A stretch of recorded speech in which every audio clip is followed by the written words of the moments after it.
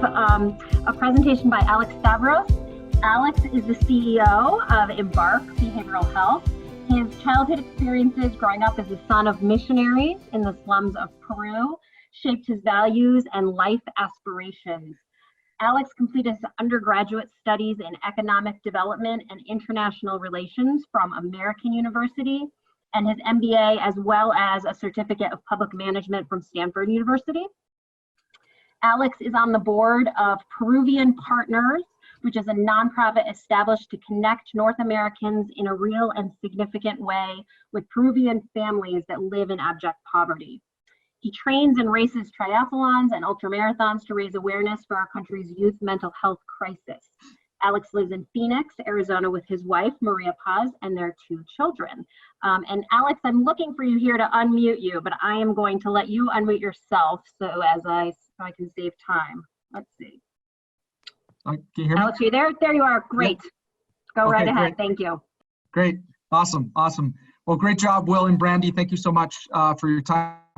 Also, much gratitude to Mary Jo for the awesome job you've been doing of putting all this together. Thank you. Thank you to everyone that's been so engaged over the last few weeks. Today is the last session of the series. So thank you to all the speakers, the participants, those listening in.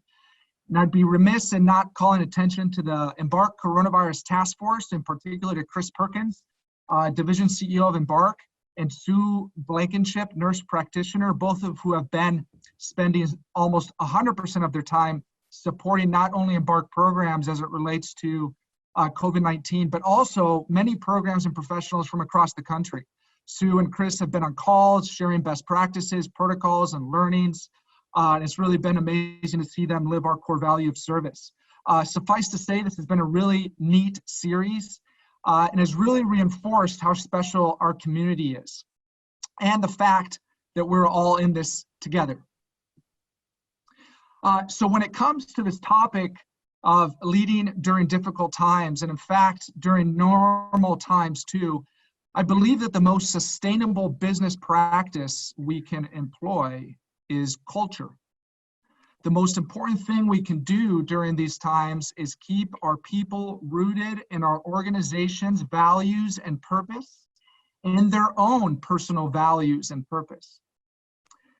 Our core purpose and our core values should be timeless. Anyway, they should be as relevant now as they have ever been. And these values and this purpose should set our mindsets, should drive our behaviors, and they should guide our actions. So first, let me talk a little bit about, let me try to share this here. So first, from a culture perspective, I just want to talk a little bit about the idea of purpose.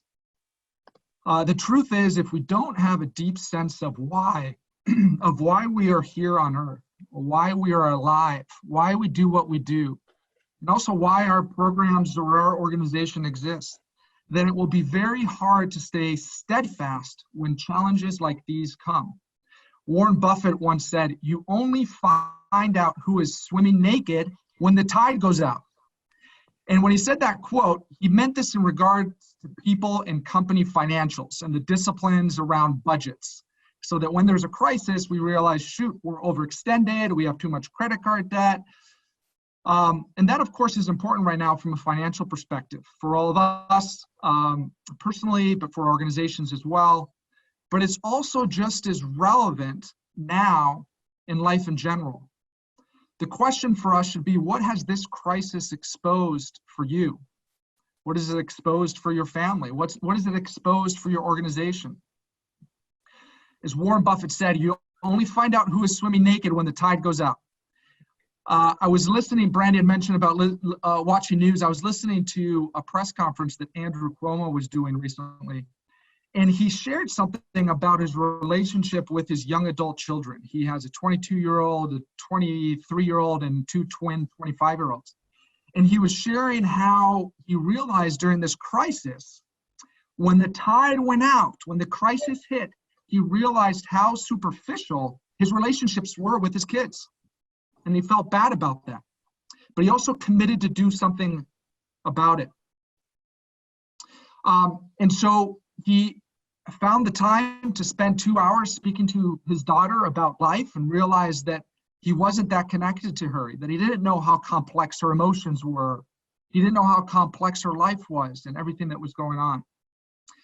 And so he wouldn't likely have known that unless there was a crisis. And unfortunately for many of us, those moments of clarity come when we're near death, but they don't have to. The tides go out every so often, and here's a moment where the tides have gone out, and it's a moment for us to take stock and to see in what areas we want to grow. So I want to share a little bit, I'll project these here in a second, about leadership, how leadership in times of crisis can be draining. Therefore, it's important for all of us to take care of ourselves. For those that have people that are looking up to you, for looking for direction and figuring out what's next. And this is all of us, educational consultants, families are looking to us, therapists, where our families are looking for us, program directors. And so we have to eat well, we have to sleep well, we have to exercise, we have to meditate, we have to pray, whatever those rituals are, that discipline that keeps you focused and stable now is important just as much as any time. And with meditation in mind, I wanted to share something personal that I came across a couple of weeks ago one morning that I also shared with our Embark team. I just want to go over this quote, and this was in a meditation I was reading, and it says this. It says, "There is a sense in which catastrophe doesn't introduce anything new into our lives. It simply exposes the moral or spiritual reality that already exists, but was hidden beneath an overlay of routine, self-preoccupation, and business as usual. Then, suddenly, there it is before us, a moral universe in which our accumulated decisions on what we say and do, on how we treat others, on whether or not we will obey God's commands are set in the stark light of God's judgment." And I think this is important, particularly, as you think about what I mentioned about Andrew Cuomo, right? And some of you may believe in God or not, but I believe the essence of this meditation is relevant to all of us. The idea of who we are at the core, hence back to our core purpose. When the tide goes out, what is left? Who are you? When crisis or catastrophe comes, what is left? What is your organization? It's very likely that what's left isn't something we like very much, but that's okay. What an opportunity to grow and learn that we would not have had if we didn't have the catastrophe, the crisis, or the tide go out. Just like Andrew Cuomo realized, and he has decided to make a change. 10 years from now, the hope is that all of us will look back and talk to our family and friends about the coronavirus pandemic, about the recession that followed, and how we persevered through it and showed up for the hurting and vulnerable in our programs, the families we serve. Not in spite of, but because of the fear and uncertainty around us. We'll talk about how we rose to the occasion and brought out the best in ourselves and each other. The critical next step, so from a cultural perspective, is to have a growth mindset. If we understand the importance of purpose and understand that there is meaning and purpose in pain and suffering, so if you don't like what is left, you can still work on it. It will be harder given it wasn't nurtured more earlier, but it is still possible. And we can all do and be better. One of our core values at Embark is growth. And Carol Dweck has done a lot of great research on this concept. And she has a book that's titled Mindset. I'm going to share with you a quote from her on this idea of mindset.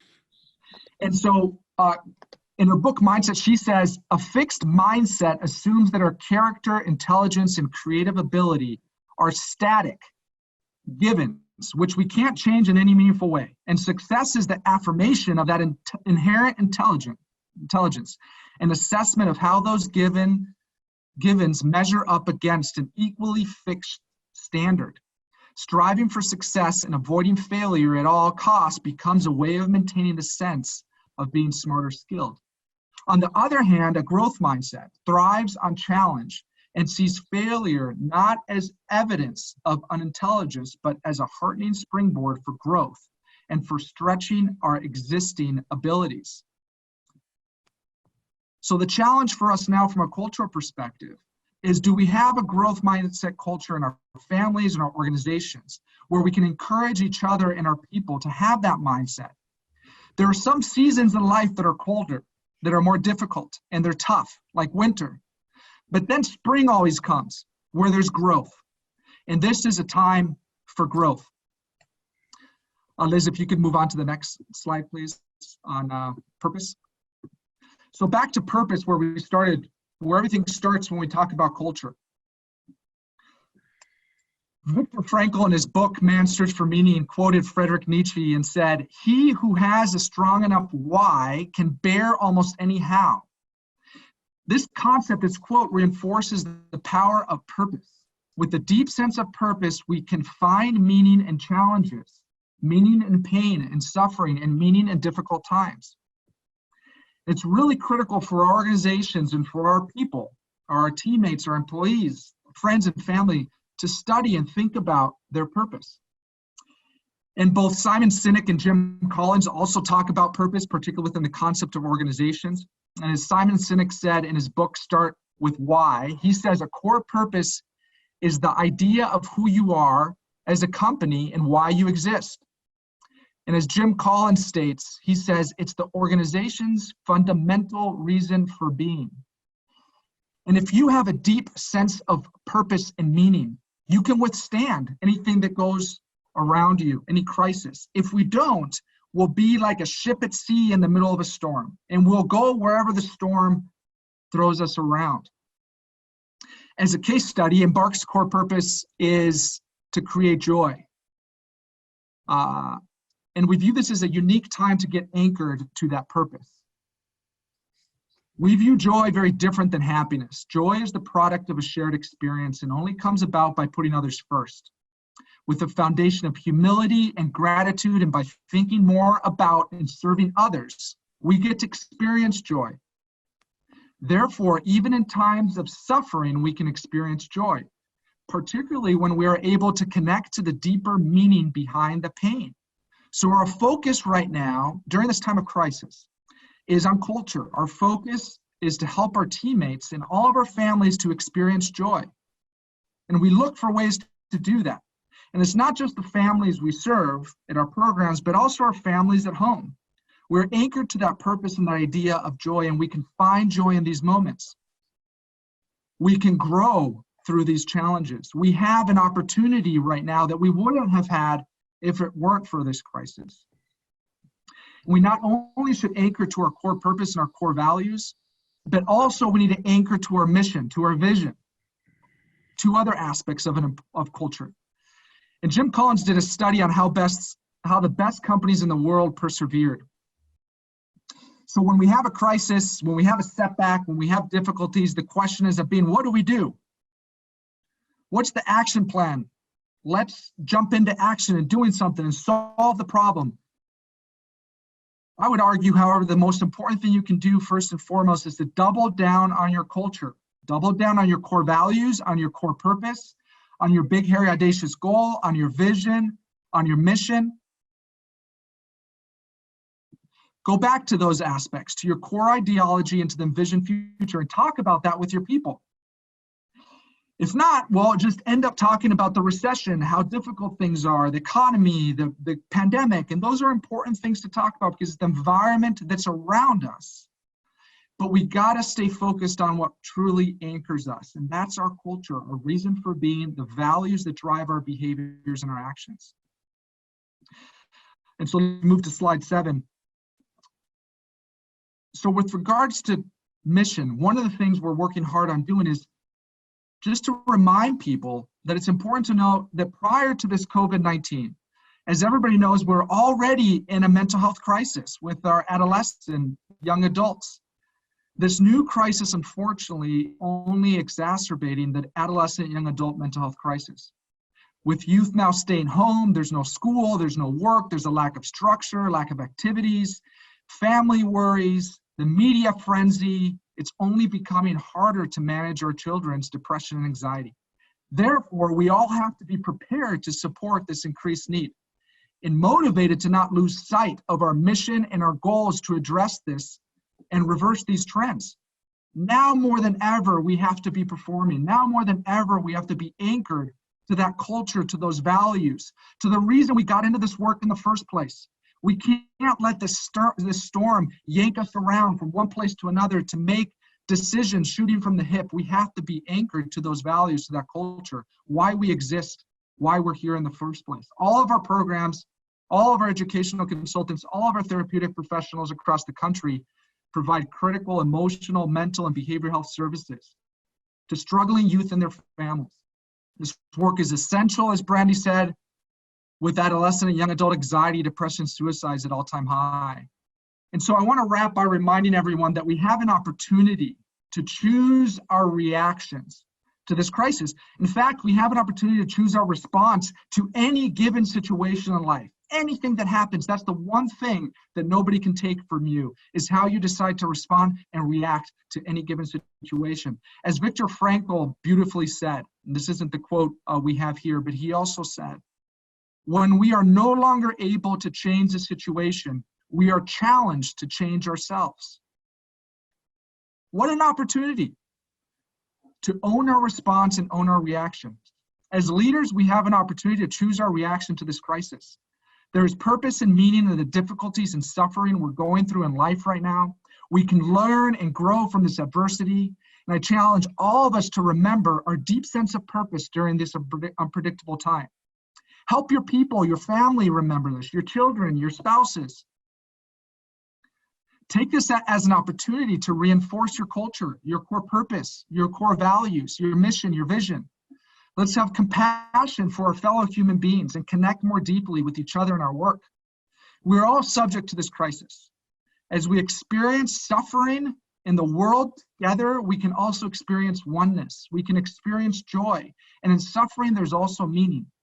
And although we're all apart, over the past few months, what we've definitely seen is our programs, our community, the families, our staff have come together in inspiring and amazing ways. And I'm so humbled and grateful to serve and be a part of this community. And I know that together we'll overcome this because we are all in this together. Thank you.